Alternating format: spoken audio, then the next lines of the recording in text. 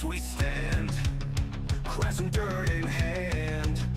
Concho's voice we hear, next play drawing near. Helmet straps pulled tight, rivals in our sight. Crowd roars with delight, we play with all our might. Friday nights feel alive, on this field we strive for the win and the prize, together side by side.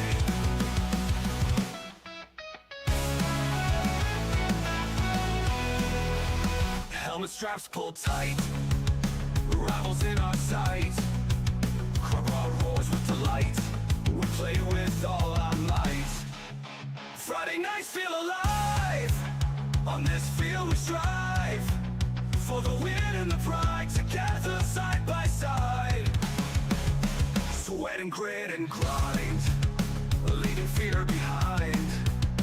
Every yard we fight, we'll give them all our might.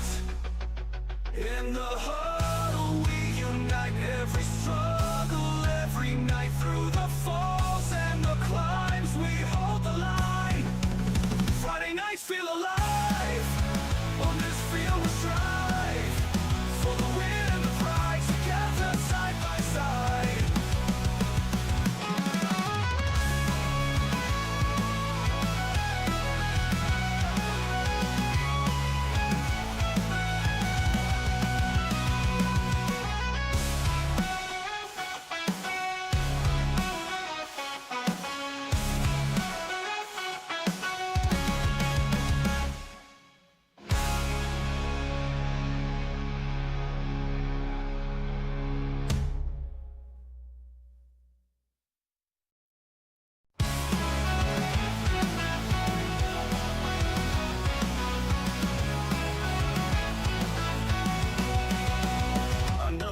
We stand, crescent dirt in hand.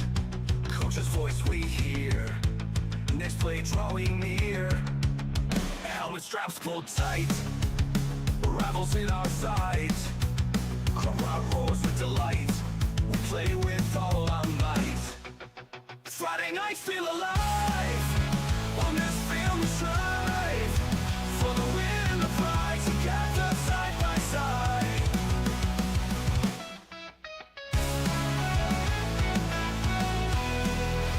Helmet straps pulled tight, rivals in our sight.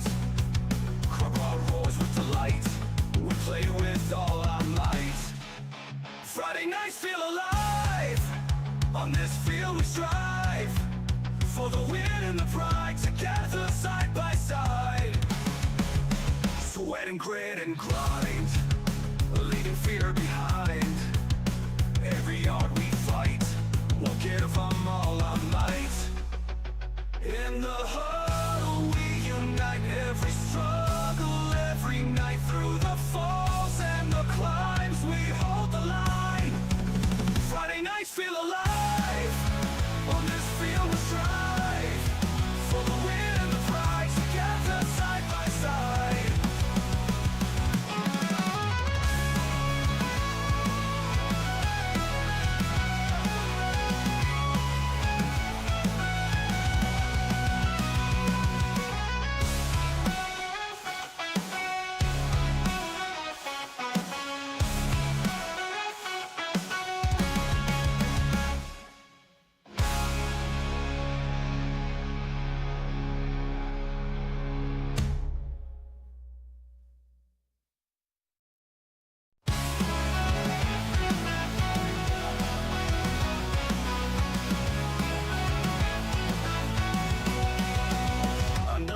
We stand, crescent dirt in hand. Concho's voice we hear, next play drawing near. Helmet straps pulled tight, rivals in our sight. Crowd roars with delight, we play with all our might. Friday nights feel alive, on this field we strive for the win and the pride, together side by side.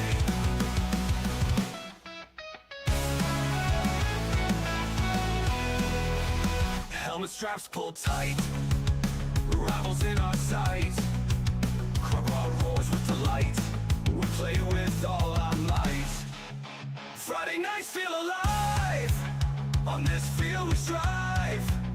For the win and the pride, together side by side. Sweat and grit and grind, leaving fear behind. Every yard we fight, won't give them all our might. In the huddle we unite, every struggle, every night. Through the falls and the climbs, we hold the line. Friday nights feel alive, on this field we strive. For the win and the pride, together side by side.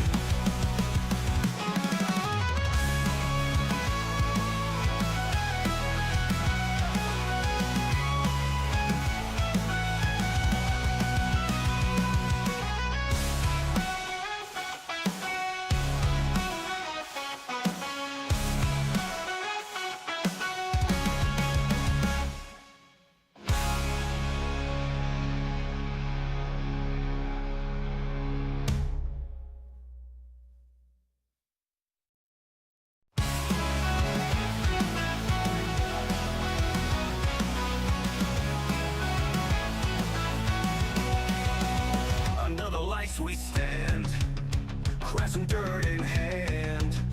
Coach's voice we hear, next play drawing near. Helmet straps pulled tight, rivals in our sights. Crowd roars with delight, we play with all our might. Friday nights feel alive, on this field we strive. For the win and the pride, together side by side.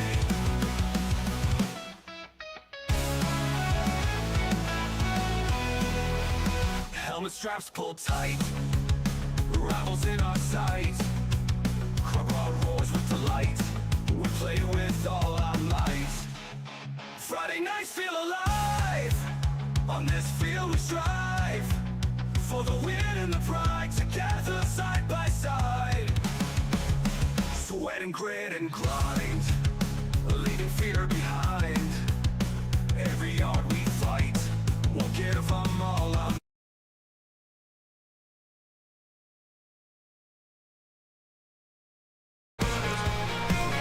Good evening. It's back. Bobcat Insider is live on Concho Sports Network, live from and brought to you by Shenanigans Sports Bar and Grill. The 2025 season is ready to go. I can't believe it seems just like yesterday we were doing the show last season. My, how time flies. And for Bobcat fans, this could be a very special season. Coach Mark Smith is with us. I'm Darren Prater. Arlen Ponder is alongside here with Concho Sports. We appreciate all of you watching. And be sure on Mondays, if you want to, come on out. Because some folks have said, is this open to the public? Of course it's open to the public. And you can get loud if you want to. Because we love the Central Bobcats.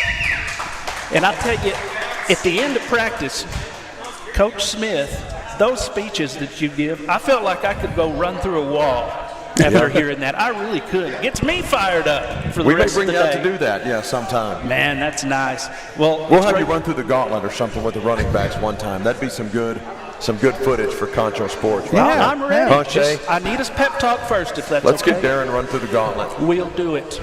We got 7-7 back this season. Yep. Offense, defense. We have a few holes to fill, but a lot of familiar names are coming back for the Bobcats, and that's good news as we head into week 1 against those pesky Abilene Eagles. We turned some corners last season. Had a good scrimmage against Del Rio. So are we just going to coast after the Del Rio thing and be happy? Or? Well, doubtful. There is no coast ever, in this line of work. You are never, the work is never done. It's never good enough. It's never quite everything that you want it to be. So this team is hungry. They're ready to perform. I've got a team, this year that is mature, that is professional. They've developed themselves physically. They've developed their football IQ.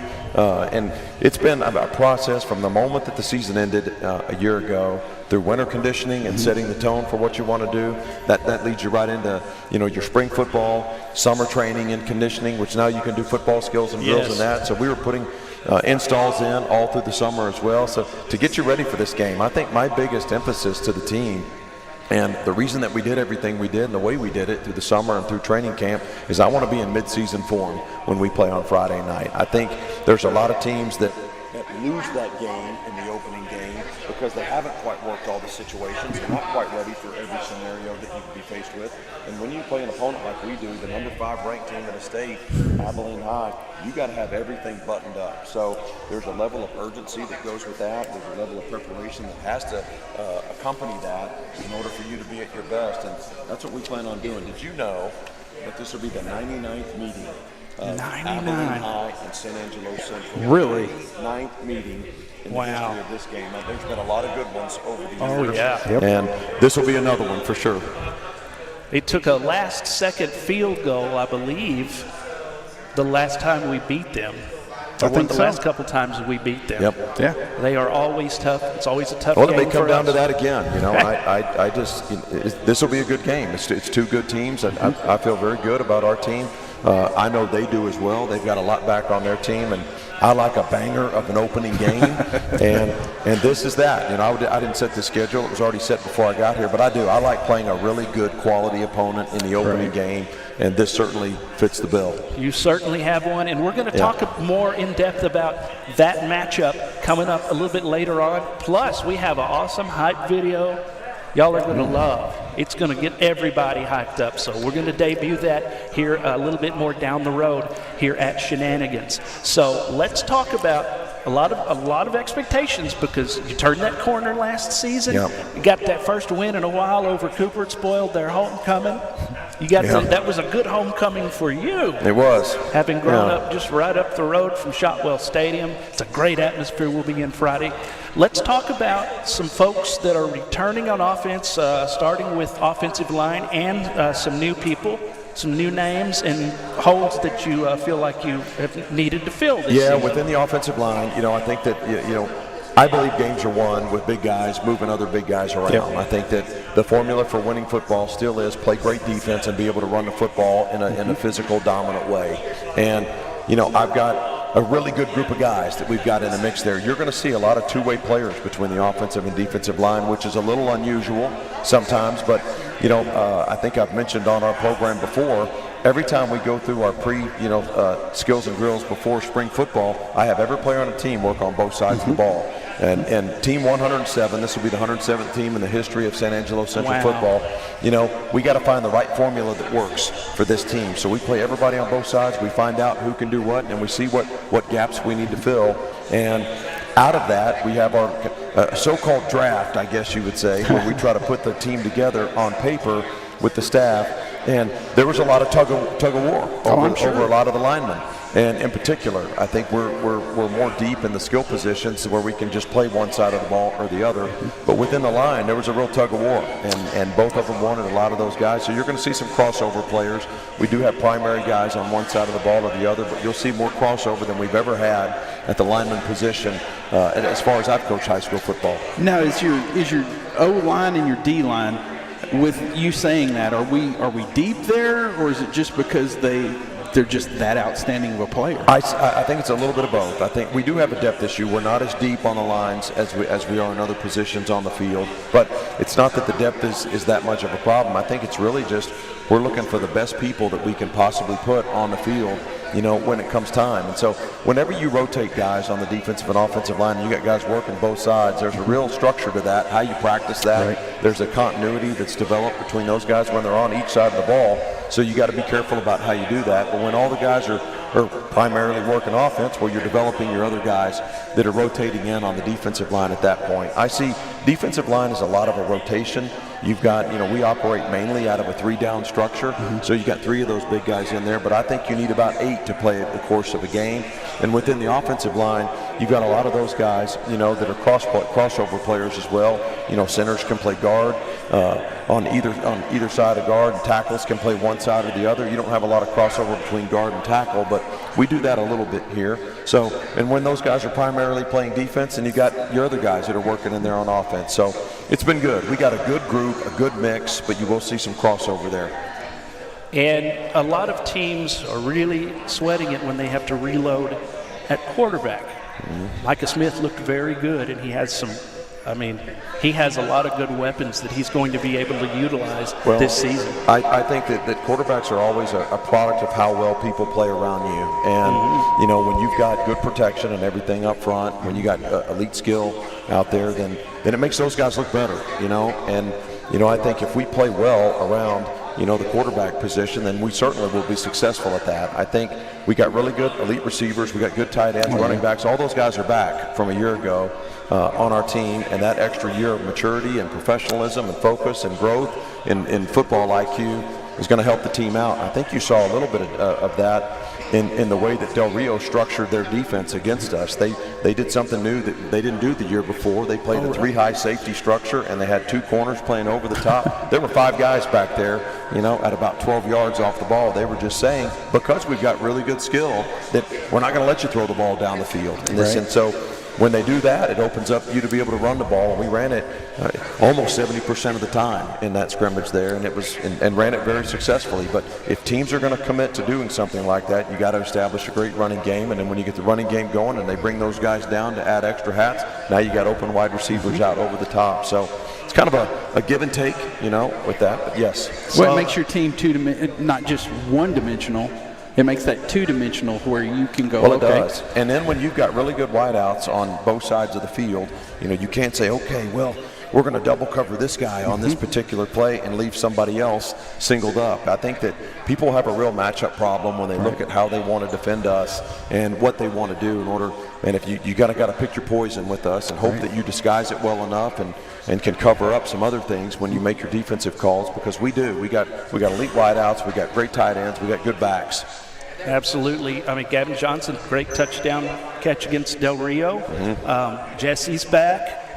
And Colton Hill, I mean, he's back. And some other guys that are very good weapons. Gabriel Garcia, Jimmy Edwards. Gabriel Garcia, we got Jimmy Edwards, yeah. man. Goodness we got gracious. Kasner Tribling, Judson Bright, you know, I 3 talked really to good backs. Kasner the other night, and he has a great attitude, and he was so excited. And I call him the Gronk of San Angelo. I'm proud of him. He's done a really good job of trying to elevate his game from, you know, I think to be an all-around tight end, you've got to be able to put your hand on the ground and be big and bad enough to block at the point of attack. And then skilled enough to be flexed out and have the ball thrown to you and make great plays in space. And elite tight ends nowadays can do a little bit of both of that. And, you know, Kasner certainly has demonstrated that he can do those things at a high level.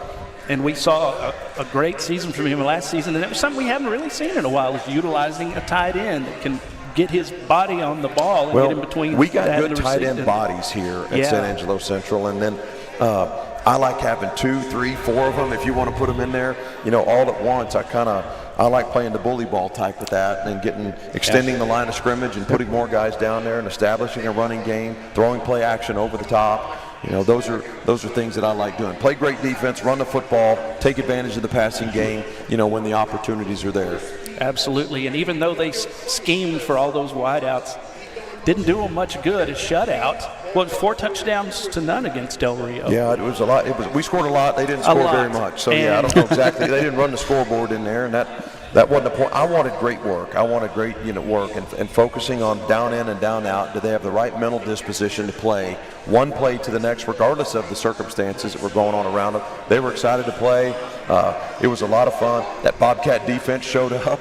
You bet. Again, that's a strong unit. And, you know, they're playing at a high level right now. They're doing a great job of disguising looks, showing different pressures, you know, showing an overload one way and then dropping out, bringing it the other way, double mugging in there and then getting out, sometimes bringing it in there. But also when we just need to play base and line up and play sound fundamental football, they're doing a great job of that. You know, I like our pressures. I like what we have. You know, we're going to create some problems for people's offense. And I think you're accurate on that. I think this defense is scary. Mm-hmm. I think they're scary good, and I think they're hungry and mean, and that's what you want in the defense. I call it intellectual brutality. That's how I like to play. You got to be smart to play this game. Right. You have to have great focus, seeing formations and seeing alignments and backfield sets and motions, and we're going to see all of that in Abilene High.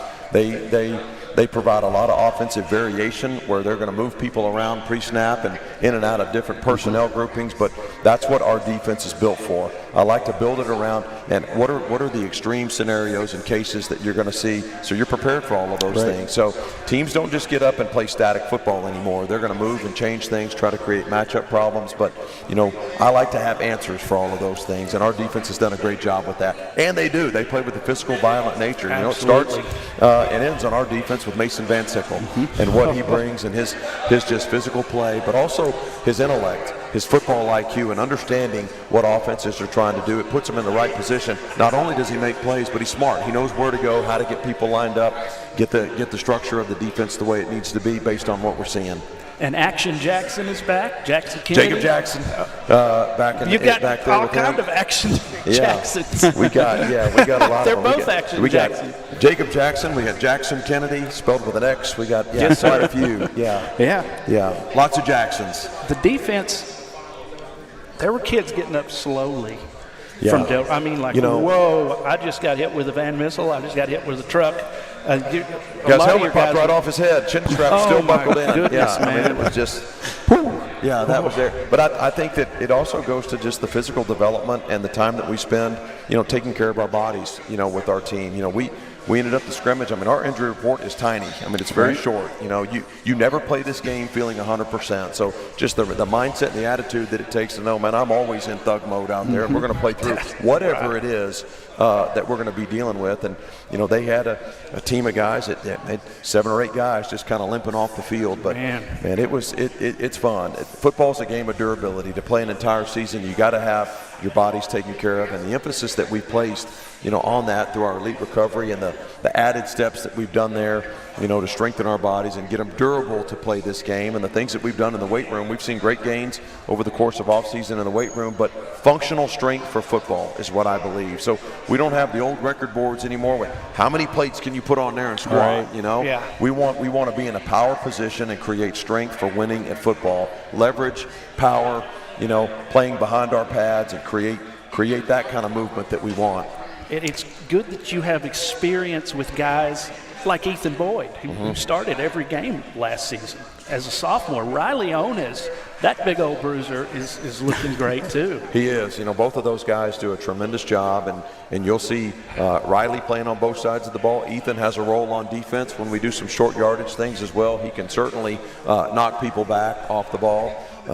And Ethan's flexibility with playing tackle and guard, that's unique on the offensive line. That's those are really 2 different jobs that require kind of a different skill set. But for him to be able to do that says a lot about him and his intelligence and his athleticism and a giant frame. I mean, every day I see him, I think he's a little bigger than he was the day before, and I like that. I can tell some of those, they're pretty intimidating looking, even with the pads off. I mean, we look like a team, that Absolutely. It's like, I said this a year ago, we got pushed around. We weren't physically as developed as people that we played. Nonetheless, we closed the gap, and we're right there in a lot of these games. I really believe we have a more physically developed team. The football intelligence that I mentioned, I think we're just now we've closed that gap. I'm ready to take the next step. Let's talk about the running game, the bully ball aspect, and we sure saw some of that against Del Rio. You got the D train, and I'll tell you what, we look like we're going to be pretty formidable on the ground. I think you have to have multiple backs, to play anymore. It's not a one-back system where you just have one guy that comes in. You got to be able to play with multiple backs. We got 3 guys that have, all kind of different unique skill sets within them. But, Xavion Johnson, the sophomore, has kind of emerged, as the spear, the tip of the spear within that group. He's a load, 230 pounds, plays behind his pads, it gets it going downhill. But he's very light-footed. When you got a back that's that big and heavy, his feet are certainly light. And he's got soft hands. He can catch it out of the backfield. But what I love about him is he's really focused on being a complete back, And for me, in my mind, that's being great in pass protection. You have to. A year ago, we were a heavy RPO team, okay? So that meaning everything we did was basically an RPO tag, a run-pass option, where the offensive line was blocking a run play, okay, just told not to get downfield, but we may have a throw, a glance, or something like that off on the second level.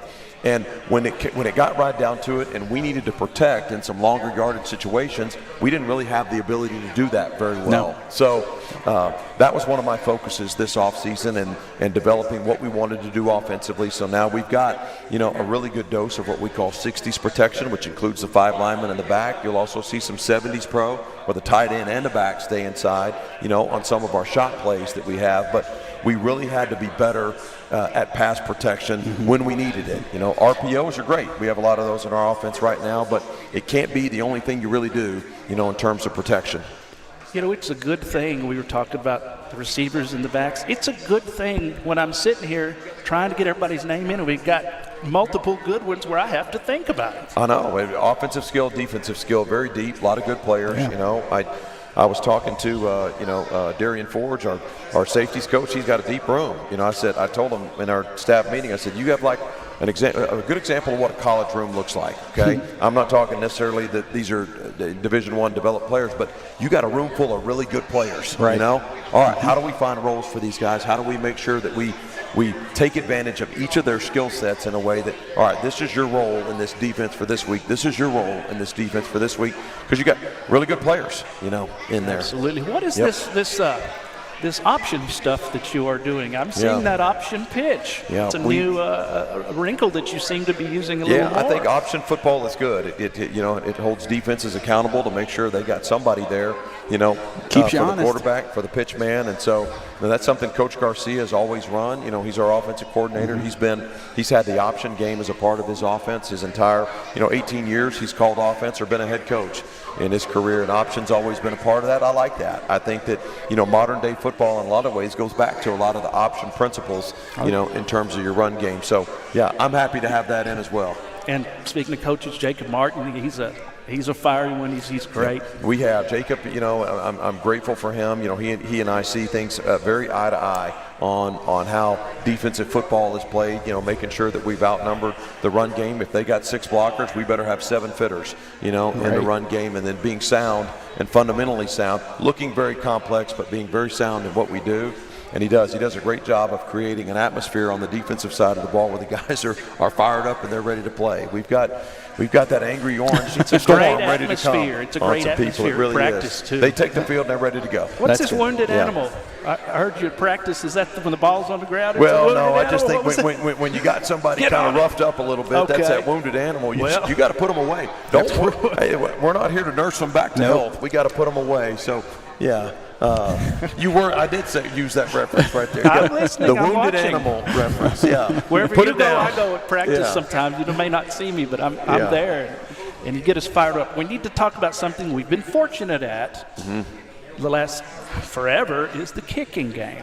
So what do we have going on with the kicking game? Caleb Holbert is going to be our kicker this year, and Caleb did an excellent job last year. He was a transfer in from TLCA, so he had the ability to kick varsity football last year, but due to him transferring, he couldn't participate on the varsity a year ago.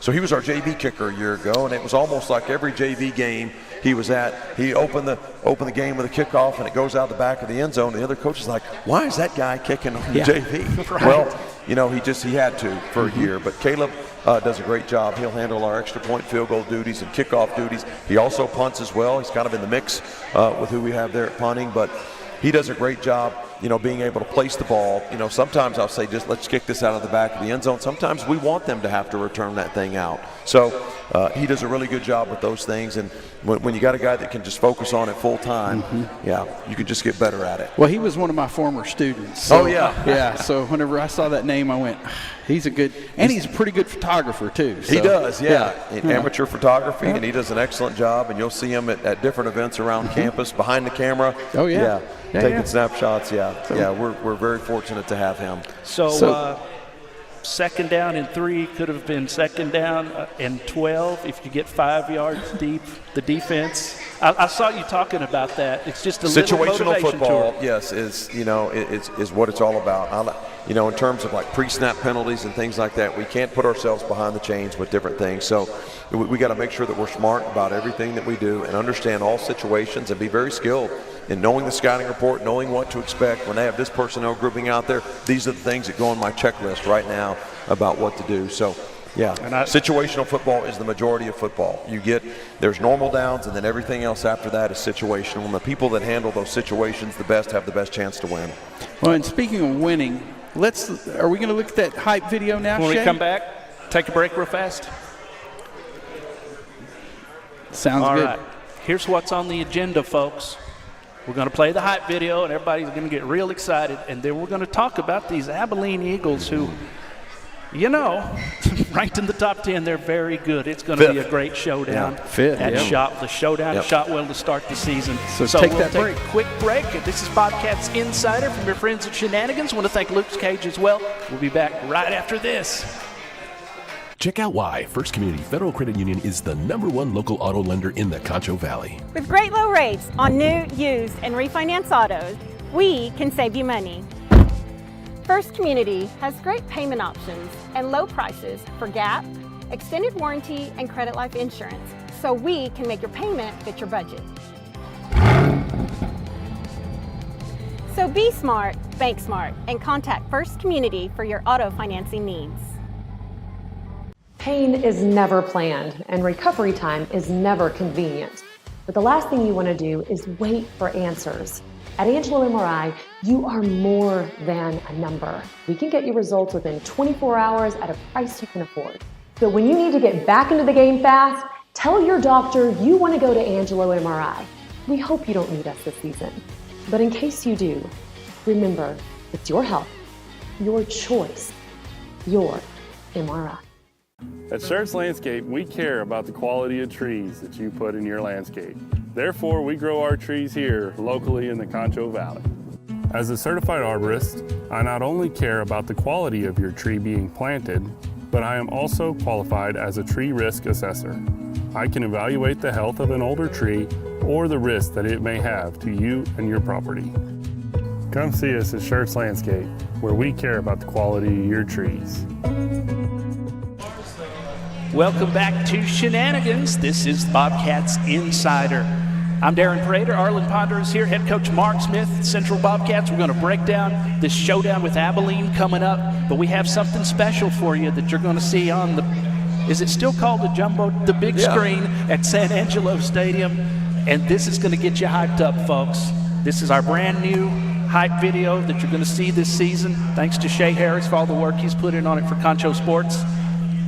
Y'all want me to talk some more? Y'all want to see it? Let's do it.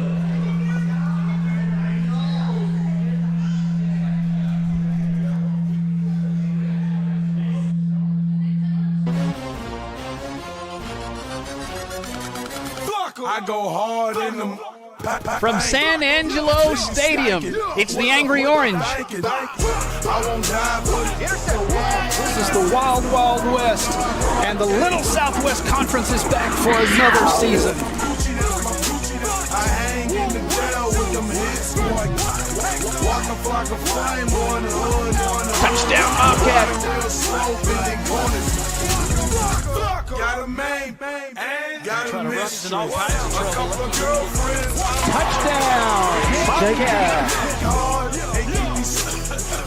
You get bills free, shouting no joke. And what I stand for, Brick Squad. There's a touchdown. In the trap with some hood. Where you Gone. at? Gone, baby. Touchdown. And the battle is on in the Pearl of the Concho tonight. Essays in the Migos freestyle off the dome.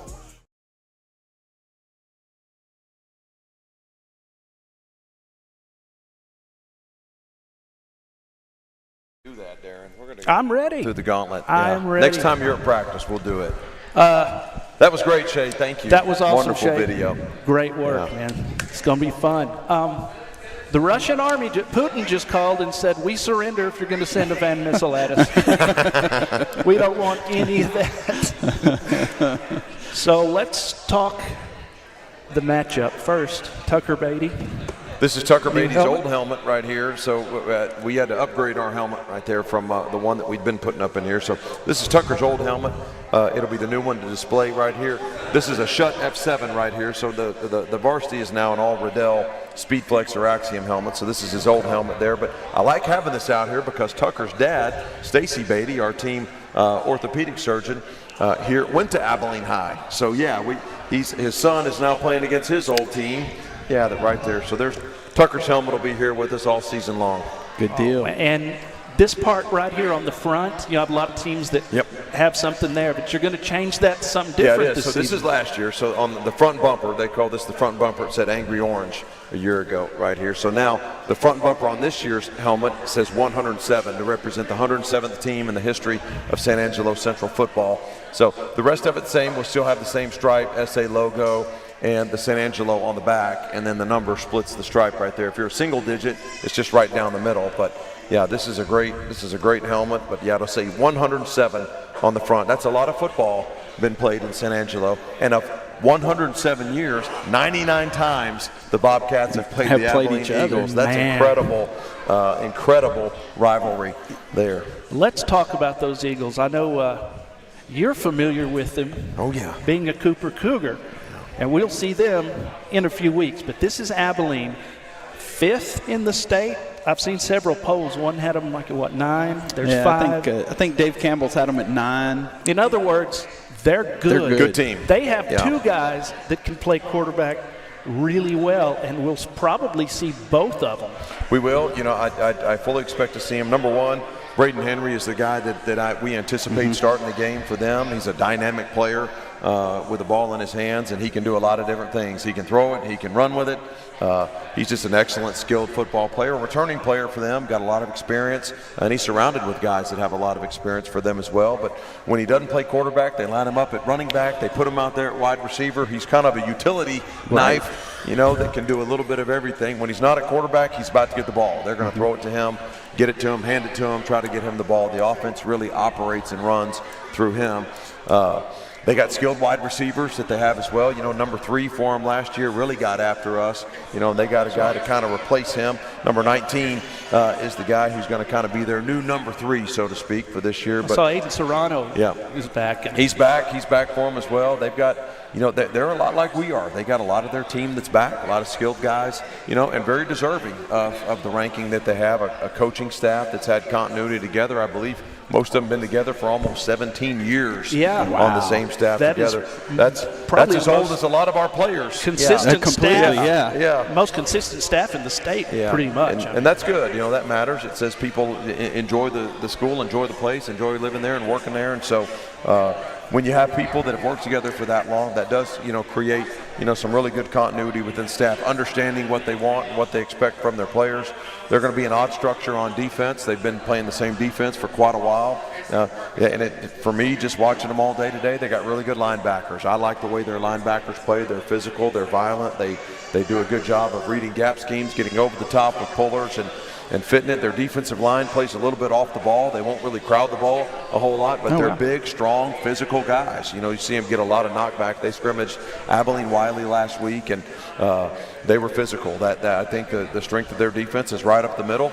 They got really good guys on the perimeter as well that can cover and run, but I think the strength of them is right down the middle. Right, and those downhill guys that are coming, those linebackers. Now, what do they play? A 3-4? They're a 3-4. They're an odd structure team. They're a 3-4.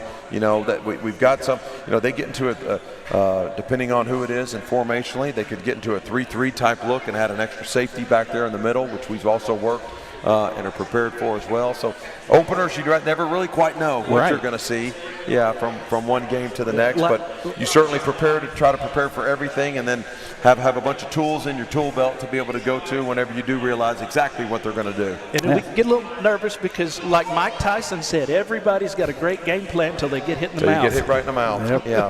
Yep. I love openers because they create this kind of anxiousness to a bit where you really don't know what you're going to get. It's like I've studied all week long and the test is on Friday, and then there's some questions that they didn't tell me about that are on there. That's football. That's football, and you got to have a lot of answers,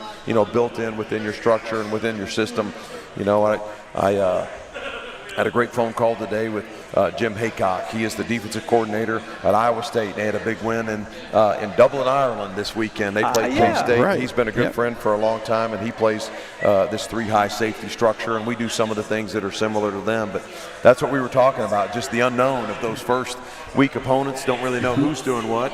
They traveled back from Dublin, and he gets to play basically another opener. The team they're playing this Saturday, it'll be their first game, so 2 in a row of him for kind of feeling that out. But he shared with me some good things that you're going to see the Bobcats do as well. And That's cool. The punter kept his towel in Dublin. He kept his towel from the hotel room and had it here. He pulls that big old hotel towel. He brought it with him. You're not supposed to take those, you know. Yeah. I clearly remember being in many of those hotels. You have to announce it to your kids of all of my years in college football. Don't take, the slippers or the towels or a pillow or something like that. And when these things are on a list and they're addressed to the team, it's on there because somebody did it at one point or another. Yeah, so, we don't trash hotels. Yeah. We don't trash hotels. We're not 80s rock stars. No. So that defense and playing that unique set, how hard is that for the players to go, okay, well, now they've given us a different look, and y'all adapt to it because you make incredible halftime adjustments. I think you're one of the best that I've ever seen do that. And we talk, several times about, hey, they're going to come out and they're going to have made this adjustment. That's not going to be open there next time. Well, I think that what you can do even more now is, with the technology that's allowed, we've got iPads that are replaying the game live in the press box. So even more than waiting until halftime to make that adjustment, or even waiting until in between series to communicate that adjustment, you can do it now instantly within the play. So we've got 4 iPads that are up in the press box that are capturing the game, and Coach Garcia, our offensive play caller, is up in the press box, and he's got one right in front of him. So he can call a play, see it right there as it's happening, run it back, and see exactly what happened, and then be able to go and make an adjustment immediately. Coach Martin, our defensive coordinator, is on the field, but we got defensive coaches that are there that are seeing what had just happened and communicating that down to him. So I think if you really have skilled people that know what they're looking at, that are up there in the box and can get those live looks right there, you can make quick adjustments, not only waiting till the series is over, but immediately right now within that play. So we talked about it with our team. We got to address this. I've got a mature, focused, professional team, and when something happens, we tell the truth right over there on the sideline. What was it? Because we got it right there. It's okay. We all make mistakes in the course of a game, but what happened to you here? How did that block create itself right there to you? Who hit you? Who took you on right there? Being able to communicate those things and see it, right there in real time allows for those adjustments to be made even faster. Those little one-on-one mini games, they're within the game, the little showdowns between our personnel and their personnel. Oh, yeah. You'll see a lot of that. We match personnel defensively here. If they're going to go big people, they're going big people for a reason. So we're going to match it with big people.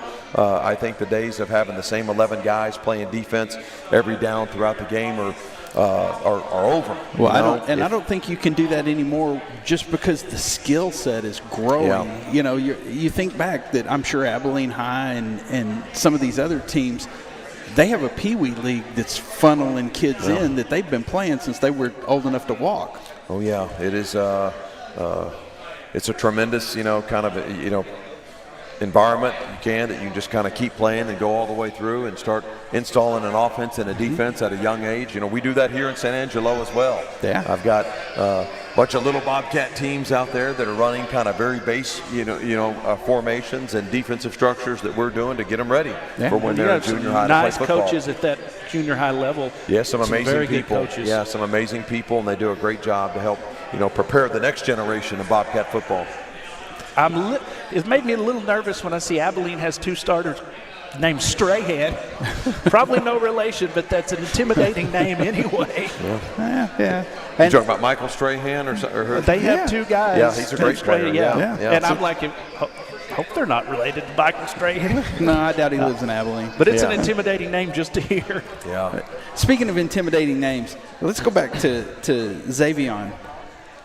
I remember watching him. You talked about the coming up. I remember watching him in the Glenn Lone Star game. Yep. And what he and I both commented about, this kid is a Bobcat, and he plays. So let's talk about your sophomores. You've got him, you've got Tyson Mitchell, and I think you've got one other on the depth chart. Maybe I'm wrong on that, but your sophomores coming up, how important is that to you to have that feed in? Well, it's really good. I've always felt like if you're going to have an underclassman who's going to play on a varsity team, they need to have a significant role in the game. And when I say underclassman, I'm talking freshman or sophomore.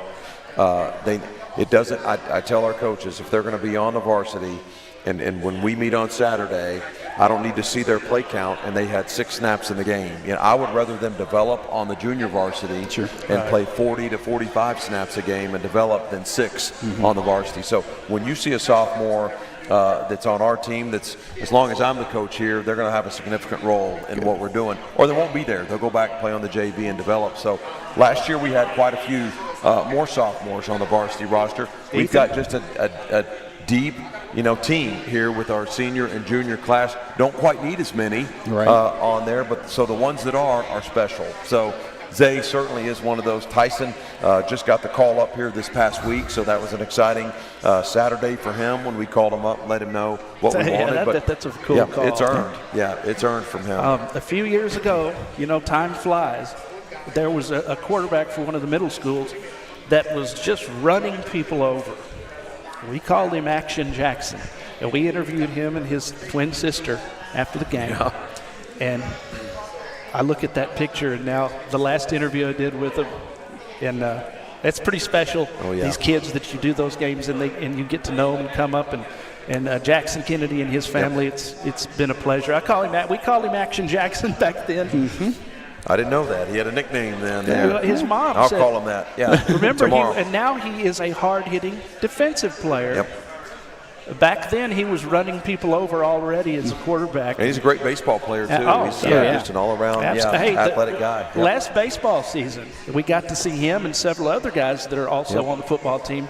There was a pop fly, and I promise you, it was about to go out, and it saw Jackson, it saw Mason Van Sickle, and it changed its mind so as not to offend them. I love this about, San Angelo Central, and my full belief is I want everybody to have the greatest experience they can in high school, which I want them to play everything that they get to. You get one chance, to do high school. So 7 of our baseball starters are football players on our team. We got 5 guys now playing on the golf team, which we hadn't had any football players that were playing golf. So we got a lot of crossover all over. I think that's a wonderful thing. I think some places they want you to choose. I can only do this or only do this. Not here. I really believe I want them to have the best experience they can, and they get one chance to do this. Play everything you want to play. You may make the team, you may get cut, but I want you to have the opportunity to do everything you want to do. At least you came out. That's right. At least you showed up. And we do. We got great crossover in baseball and football, and it's really good. And some basketball too. It's basketball guys. Yeah, we big always school, have those. But you can still do multiple sports. Yeah, and it's cool. Which I do. I love that about this place. It's really my heart is letting the guys and being accommodating to let the guys do everything that they can do. I think some people have a mindset that I can't do that. I can't give away the time to let them go do this or go do that. I want them all the time for me. Of course I do, but I want to make sure that they can do everything that they want to do in this one chance they get to do it. Hey, you had some kids. We've had some kids that were into FFA too. My dad was an ag teacher for 35 years, and they're showing animals all year round and doing all that kind of stuff. Yeah. It's cool to see that kind of well-rounded team, well-rounded kids. It's been a pleasure talking to you, Coach. Yeah, thank you guys. We're back. Football's back. Man. Yeah. Friday night. That's it. Everybody load up. I want to see that wrecking crew. Yeah. Wrecking crew. Not a long trip, just about 90 miles down the road. Yeah. And we'll be there, 7 o'clock kickoff.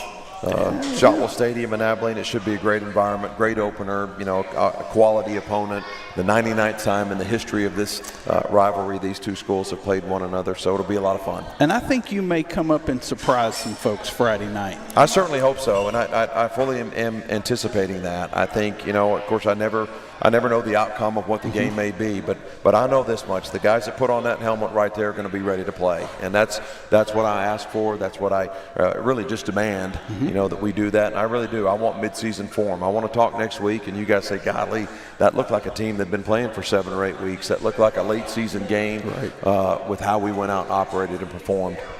And thank you for the thank yous. I see you guys on the field. I just wanted to mention this. You're doing high knees or Heisman's or whatever across there, and you're like, focus. We stay focused the whole time. Thank you. Thank you to the kids. I thought that was cool, man. Yeah, thank you. And we appreciate you. Does Abilene respect us? They better. They will. Let's go get them, man. Thank you. Coach Mark Smith, Arlen Ponder, Game Live, Friday night, you know it. Concho Sports Network. All right. Let's do it. Live from Shenanigans, Bobcat the Insider. Thank you for joining us. Chiefs Insider's next.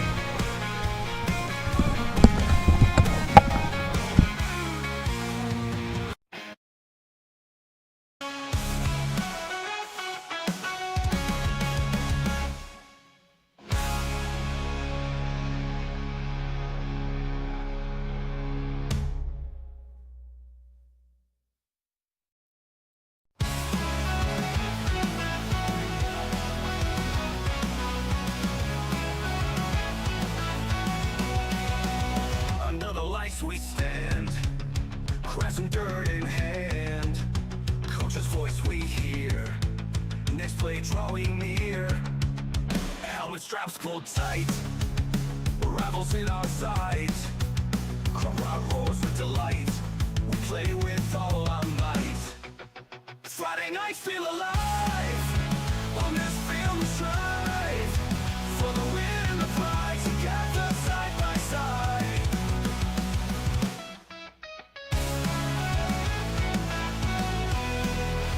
Helmet straps pulled tight, rivals in our sight. Crowd roars with delight, we play with all our might. Friday nights feel alive, on this field we strive for the win and the pride, together side by side. Sweat and grit and grind, leaving fear behind.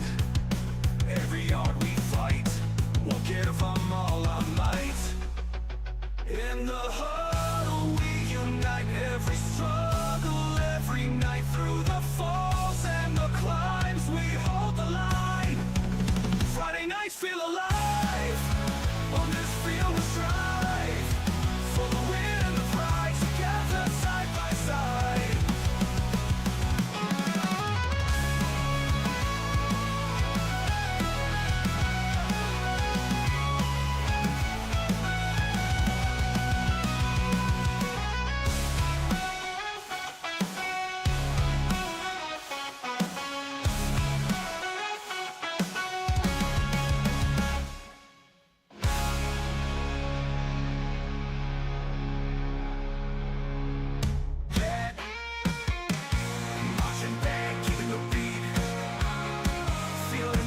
Under my feet, drums of war calling us sweet. Victory tastes better yet sweet.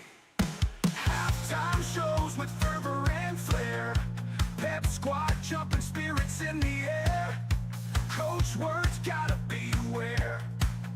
Second half beats, time to declare. We fight, we scream under the lights. Drums beat hard, bumping just right.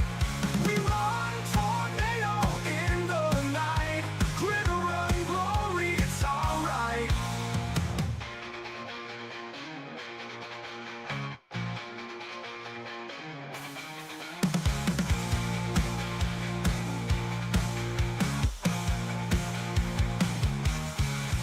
We fight, we scream under the lights. Drums beat hard, pumping just right. We run tornado in the night. Glitter run glory.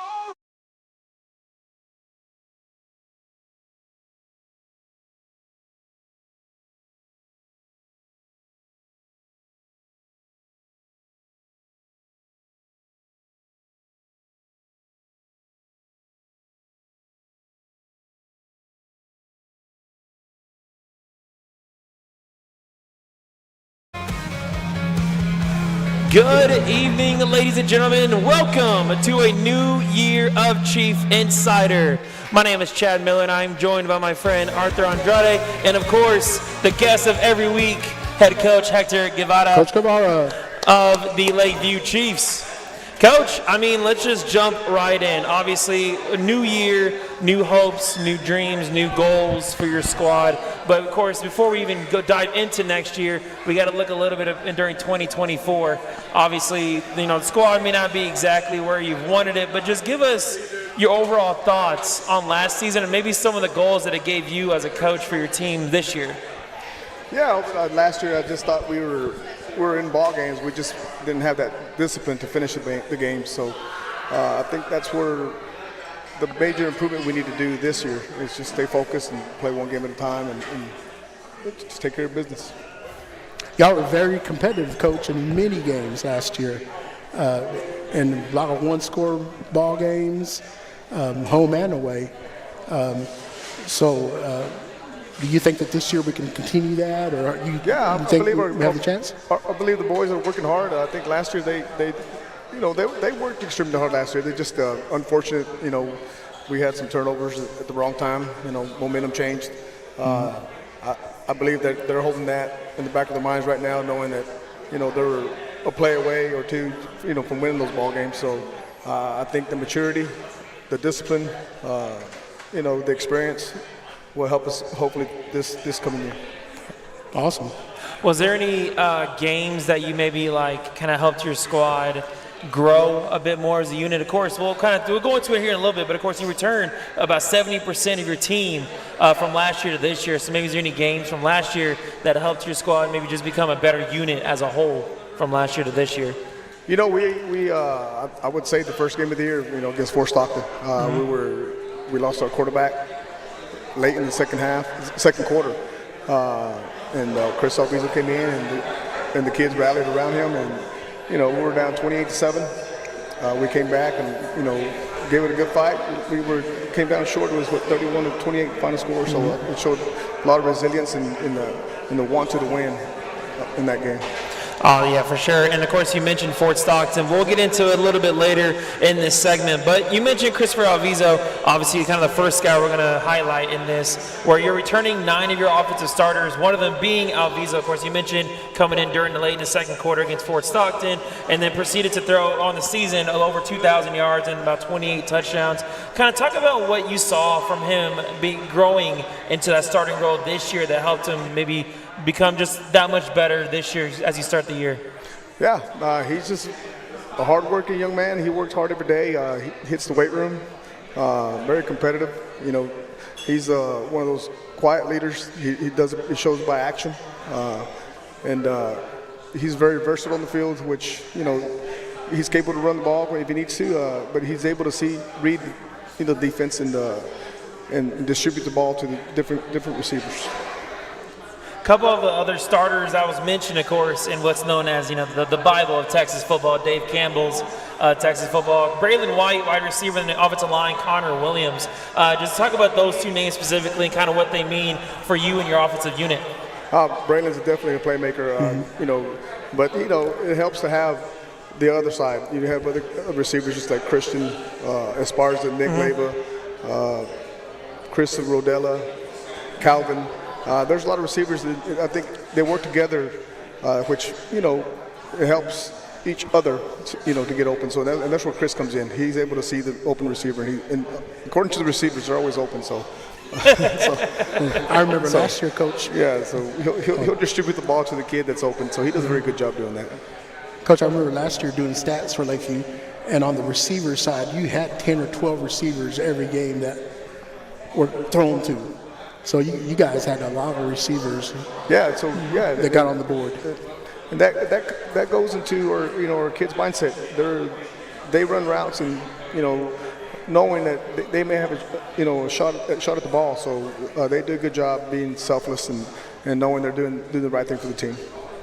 Schematically, do you kind of see yourself, or at least as offense, do you kind of see maybe similar game plans, or do you kind of see yourself adjusting a lot more, maybe a different identity on offense coming in this year?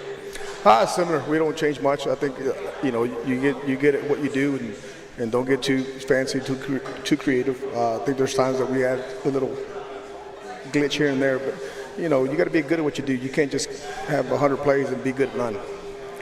And then, of course, before we go to the other side of the ball, I know you don't like pointing out individual players, individual units, but I'm going to ask the question anyway, being the background journalist. Is there maybe a position group on your offense that you think improved the most between your early fall camps and over the summer? Yeah, you're right. I think it's all of them. I should have known. They all work hard, and I think it's hard for me to pick. But obviously, the O-line and D-line, that's going to be the biggest, that's going to be the biggest, what do you want to say, the force for us to be successful. Awesome. And so they work really hard, and they push each other at practice. And there's been I'm not going to say there's been fights, but they get after each other. So it's good to see they have a little want to in the grind. Oh, for sure, for sure. You mentioned the D-line, which is a perfect little segue to the defense. You're returning 8 of your starters. Of course, the big headline player, at least according to Dave Campbell's Texas Football, Isaac Monreal, who we'll talk to later today. And then, of course, other names mentioned. Of course, one you already mentioned, Christian Esparza on the defense. I know he plays both ways for you. And then D-lineman Joshua Lemos and Jose Vasquez. So talk to me about just all those players and kind of what they mean to your defense. Those guys are just coming up from JV. Most of them, a couple of them anyway. So we're looking at a lot of good things from them. But we got some other athletes that are putting the time in. So I'm going to say there's a lot of kids that are going to have the opportunity Friday. We just got to work hard and play together. Isaac, of course, he's coming back as inside backer. Abraham Rivera, he's also an inside backer, and those two guys are. Play well, and then obviously you got Connor Williams. Of course, you got the secondary, which you have Christian Esparza, Nick Leyva, Roman Garcia, Concho Johnson, so Calvin. I mean, there's a few athletes that are playing both sides of the ball, so. We're excited to see what they can do Friday. Oh, man, I'm glad it shows you know your team well, because he listed under other prospects to know, and literally all these names you just mentioned, Concho Johnson, among others, kind of round out according to Dave Campbell. So good on you for knowing the team's coach. I mean, let's kind of dive into the schedule as a whole. Obviously, for those who are not aware, for Lakeview at least, it's basically who they played last year just reversed. They were home last year, they're away this year, and vice versa. Opening year against Fort Stockton. Obviously, we will cover them towards the end of this segment, but going down the schedule, on the road for a couple weeks, Snyder and La Mesa. Of course, La Mesa, you got your team's first win against last year, and then at home, 3 straight games, Lubbock, Levelland, and Burnett. And then back on the road for another 3, Brownfield, Pecos, and Big Spring. Of course, Pecos, Big Spring, part of district play. And then ending the season, regular season, at home against Andrews to also close out district play. Obviously, as mentioned, Coach, a couple of these teams you got big wins against. Of course, already mentioned La Mesa. And then Brownfield, other one able to get your win against. Is there maybe on one of these schools that you took a loss against that you definitely see yourself, or at least your team, playing better and maybe hopefully to change the result this year? Yeah, I mean, anybody you lose to, you want to beat them the next year. I mean, we respect everybody, and we're going to go out there and try to compete just like they would against us. So, yeah, so there's nobody, everybody's a new week, new opponent every week. So. Of course. And then now let's go ahead and just, dive right into Fort Stockton. Of course, Friday night at home in San Angelo Stadium, under the lights, beautiful Friday night football. Who doesn't love that? And of course, there's a few things to note. A new head man for Fort Stockton, DJ Howell, takes over the reins.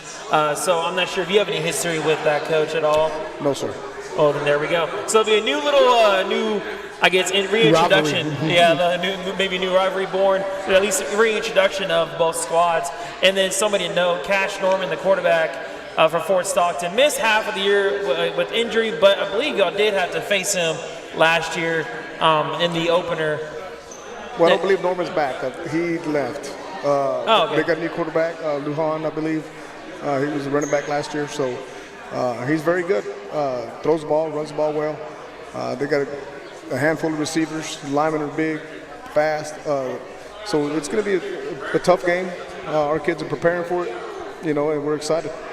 Is there maybe a point of emphasis that you're telling the guys this week to be able to help them, I guess maybe as motivation, or maybe like, hey, like these guys, maybe for example, they're only returning 8 starters with 5 on offense, 3 on defense. Just new faces maybe helps you and your squad having your 70% return rate to their not so much. No, I think we're gonna go out there and play our game, and we're not gonna worry about what they do. We're just gonna take care of our business and hopefully come out on top. Well said. Well said, indeed. It's given on. Indeed. And then, of course, before we cut you loose, Coach, of course, we got to look at the district, of course, Pecos, Big Spring, Andrews. A couple close losses, and, of course, the big one against Andrews.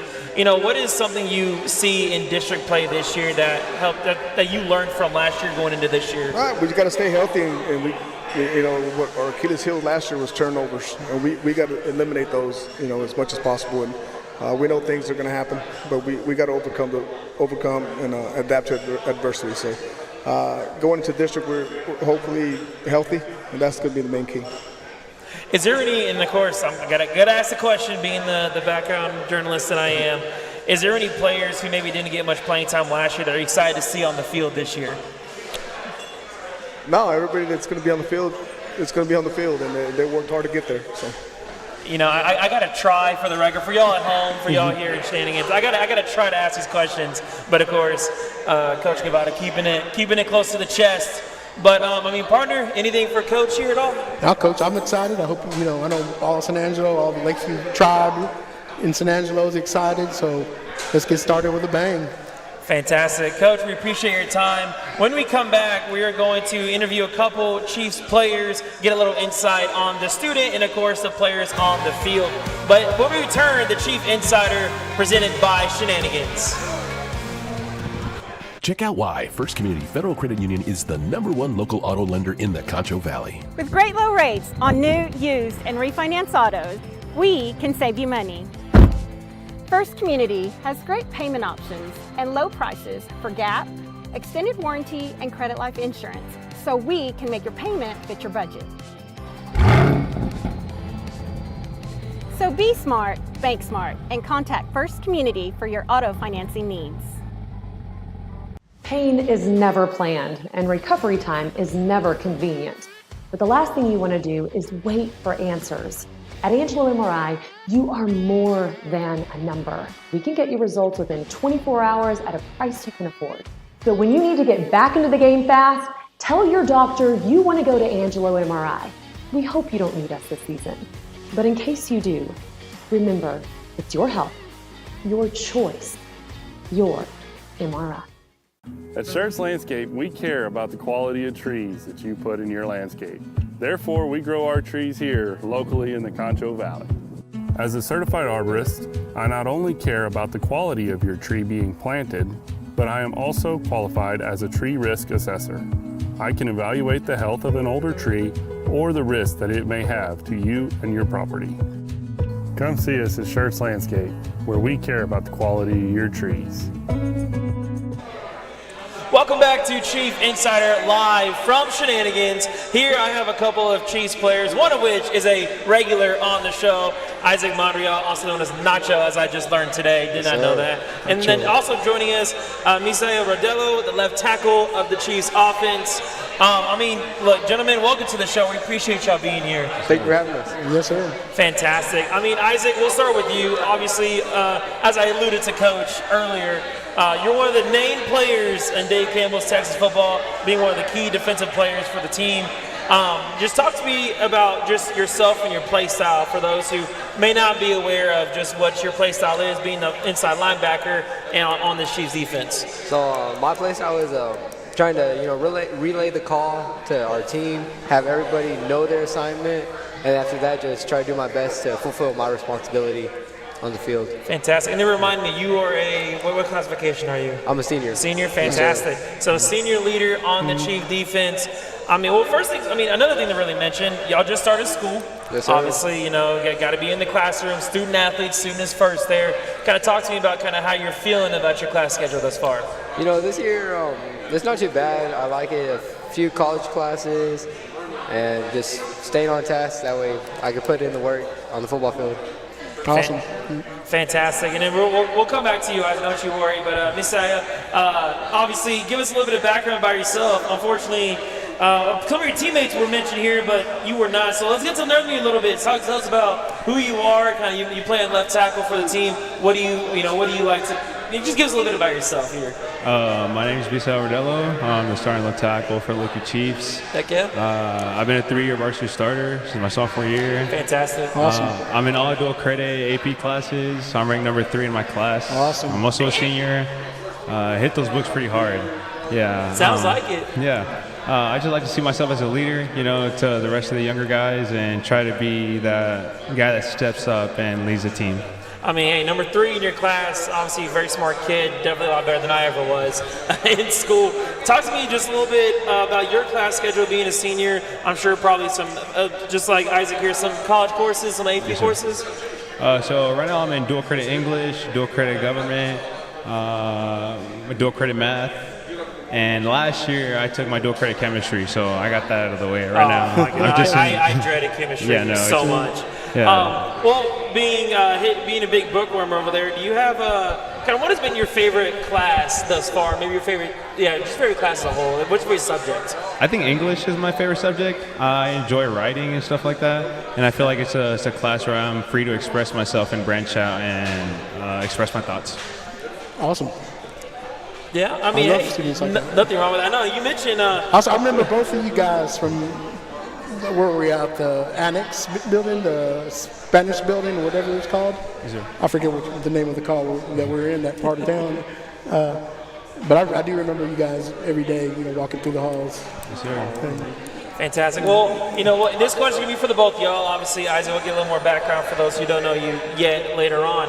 But looking into the season, obviously back on football, you are hosting Fort Stockton, a team y'all just dropped by merely 3 points last year, but played them very hard. One of the 4 games which y'all dropped it by 1 score. What are some things that y'all took from last year's game that y'all want to improve on and be able to try to make this a victory for y'all to open up the season? You can start. All right, so I feel like what we need to do this year that we didn't do last year is come out hot. It took us to like the second quarter to everybody started coming together and really trying to get after it to come back from being behind. So if we come out hot this year and just do our roles, play our responsibilities, I feel like this year could be different. Last year I feel like they didn't beat us, we beat ourselves. We had a lot of constant mistakes and it ended up costing us the game. I feel like this year if we come out, we execute, play ball like we know how to play, I feel like we can come out top this year. Yeah, no, and that's the excellent going along with it. Y'all both being senior leaders, y'all have experienced a lot of ups and downs with this Chief program as a whole. What do you think, and I guess you may have alluded to it a little bit during your last answer, what do you think may have contributed towards the season y'all had last year? Obviously not the record y'all wanted. I know y'all dropped a lot of close games, but what do y'all think contributed towards that? And what are y'all doing this year, especially over the summer into these first few official practices to improve on that? This year we're really pushing ourselves to the limit. That way, whenever it comes down to in the game, we know that we can get pushed through it and we can overcome anything. Well, losing all those games can become frustrating, and we don't like to see ourselves at the record we had last year. We just want to play the best ball we can to the best of our abilities. And we came in during the summer with the same mentality. We're going to work hard, and we're going to try to outplay everyone we come against. Fantastic. Well spoken to the both of y'all. Isaac, you may remember this question from last year. We're not going to end on this. We still have plenty of time left, but I do curious for the sake of just getting to know y'all better. But I've asked this to at least the other athletes who I interviewed last year. What do you think is like y'all's big song or artist that y'all go to whenever it comes to getting ready for game day, or maybe in the weight room? I know both of those could be very big. And if it's not one song, at least give me an artist y'all really like to jam to, either as a team or individually when you have your headphones on, whatever works out for y'all. So this year, the song that we all really took a liking to in the weight room has been Swag Surfing. When that song comes on, everybody just gets hyped. We all enjoy the moment, and we're all just really feel the energy coming from it. You relate to the feeling here? Oh yeah, for sure. During 2 days, we finished our lift session. We played that Swag Surfing in the weight room, We're all going side to side, and it gets everyone pretty pumped up. I don't know, something about West Texas swag surfing. I don't know what it is. Of course, I knew the song. I'm from Central Texas originally, but it was definitely not played much. But of course, I come out here, seeing all the Tech fans love to talk about it day and night. So it definitely melts down to San Angelo in that way.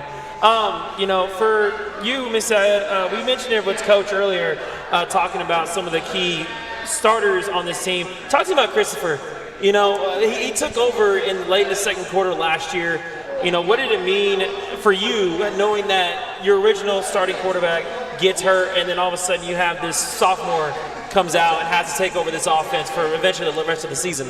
Well, Chris had very big shoes to fill. Oscar Perez, was our guy. We were right on him during the whole summer, and then it was heartbreaking for him to go down pretty early in the game. And then when Chris came over and took the reins, he was a little shaky at first, but I feel like we were all able to rally up behind him and let him know, hey, man, we got you, take your time. We're going to be here for you. And even throughout the whole season, he was learning, and we were trying to help him as he went on. And this summer, Chris Alviso, he's really evolved as a player and as a leader. And I'm really excited to see what he's going to do this upcoming season. Where do you think, as an offensive unit, where do you think y'all may have improved the most? Obviously, Coach's answer is like, oh yeah, everybody got better, but I want to hear from just the players, at least from a player's perspective, where do y'all think y'all improved the most from where y'all stood last year? I feel like we were improving at all aspects of our game. I'm an offensive lineman, so I'm going to harp on my offensive lineman buddies. Nothing wrong with that. You got to have that. I feel like we hit the weight room pretty hard this offseason, and, we've grown a closer connection, closer bond that I haven't experienced like that in my past 3 years on varsity.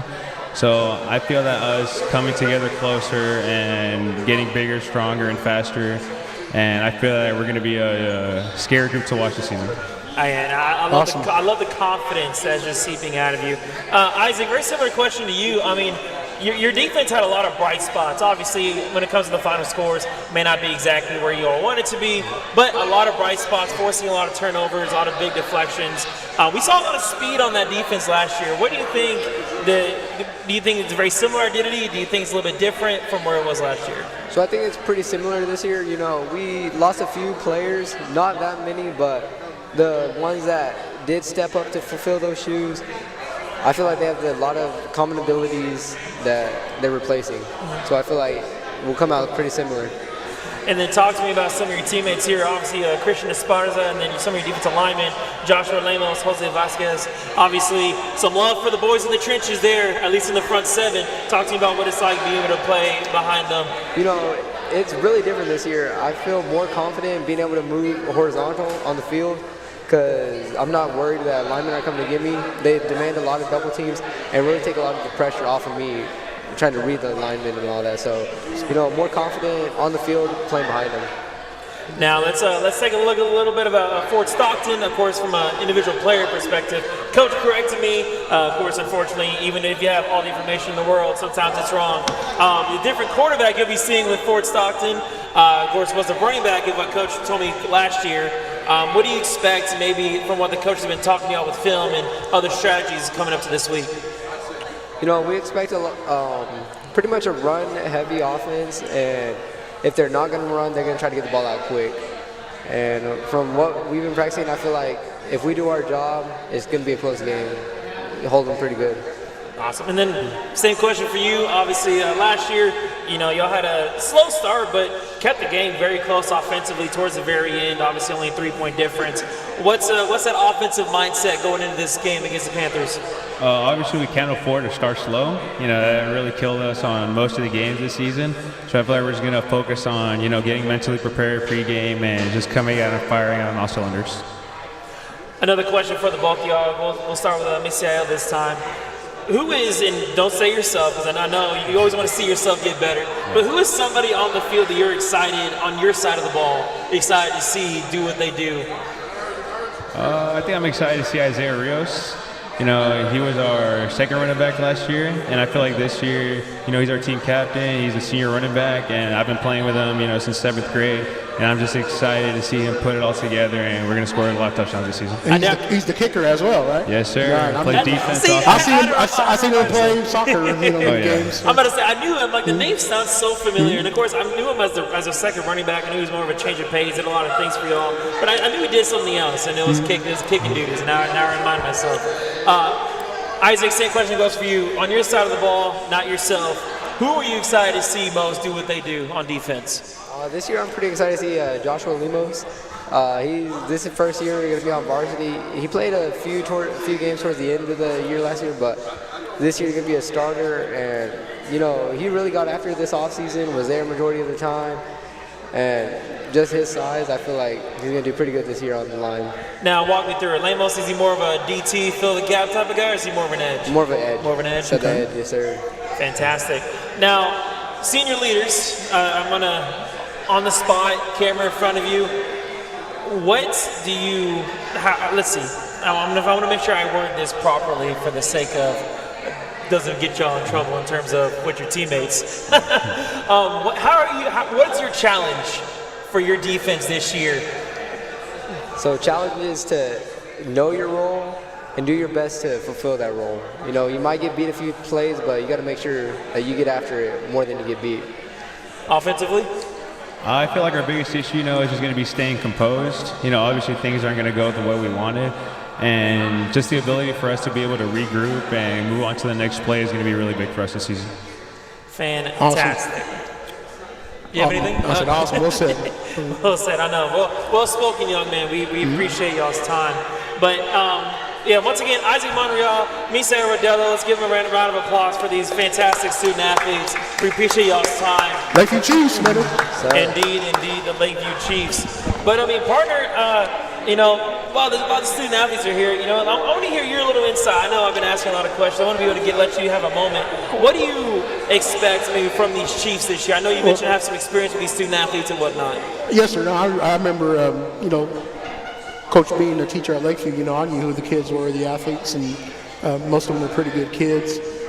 You follow them, in everything that they do, all their endeavors, the basketball, soccer, track, and the success that they've had, and they've had quite a few. So hopefully we can put it together in football, and have the year that we need to have. Whether wins are going to come, losses are going to come, but we're going to be fighting. We have, like I said earlier, we have a tribe. We've been around for a long time. Lakeview High School's been around for a long time. So there've been some glory days, and there's been some, soft years as well. So we know that. So anything that we can get positive, for the Northside Pride, is always something right up my alley. So I encourage y'all, and I'll be rooting for y'all. I'll be your number one fan. Thank you, sir. Yes, sir. Yes, sir. Thank you. Appreciate it. Fantastic. And then before we close out the show, I just thought of this last question because why not? What is? Oh man, I was trying to think of a way to express it, but now I feel like I'm going to sound a lot more dumber than it comes out of my mind. Nonetheless, Isaac Monreal, Misa Rodello, we appreciate y'all's time on Chief Insider. I'm sure we'll see you again, Isaac. Misa, you've been well-spoken young man. We don't see you again this season. Good luck to you on this whole season as a whole. And don't forget, folks, Friday night, Fort Stockton at San Angelo Stadium. In the stadium. The Chiefs take on the Panthers. And also, don't forget, on Thursday, we have our Concho Valley Insider, if I remember correct, Concho Sports Insider. I just had to remind myself of that. And that's what we'll have the live show, picking the games, a little bit more in-depth look and in-depth look of the matchups this weekend. Gentlemen, thank you for your time, and thank you at home and here in the audience live at Shenanigans for watching Chief Insider. On behalf of my partner, Arthur Andrade, my name is Chad Miller, and as always, take care of each other and yourselves. We appreciate everybody so much, and thank you for watching. Have a good night. Let's go, Chiefs. Let's go.